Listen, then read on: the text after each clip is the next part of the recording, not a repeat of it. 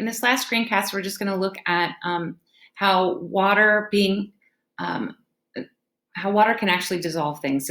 We're more focusing in on the solvent properties of water and why that's so important to life on Earth, especially in transporting things in our blood. So we're going to look at which types of molecules uh, transport easily in our blood, and how do we transport other types of molecules that aren't so friendly with water.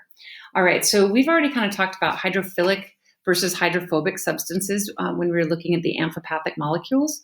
So realize when you use the term hydrophilic, that means water loving, and hydrophobic is water fearing. So we know that ions and things like that are hydrophilic, whereas like fats and non-charged particles that are bigger tend to be hydrophobic. So how do we actually transport these things in our blood if our blood is mostly an aqueous solution? So you need to be able to talk about how we transport glucose, salt like sodium chloride, how about fats, oxygen, carbon dioxide, and then some that are actually partially soluble. So here's our hydrophilic ones, they're soluble. Here's the ones that are insoluble, like fats, oxygen, and carbon dioxide. And then here's some that are partially soluble, like proteins, some amino acids that have multiple charges to them, and cholesterol. So you need to be able to talk about how do we move these around in our blood.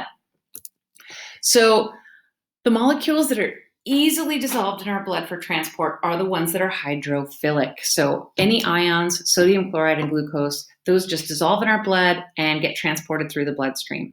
Now those other ones, like oxygen, carbon dioxide, cholesterol, fats, and amino acids, have to be transported by some other means. So let's go back to this slide.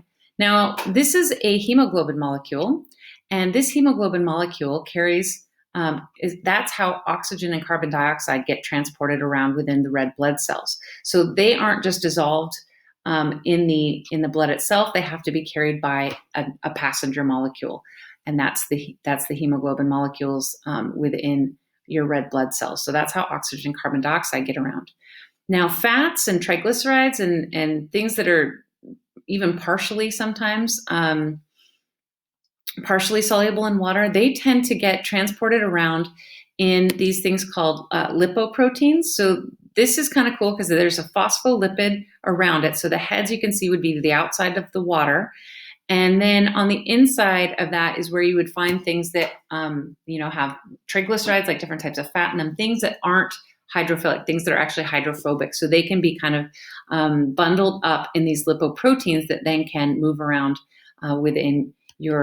be transported within your blood itself. So you can see those phospholipids create this cool lipoprotein, and that's how it can be transported.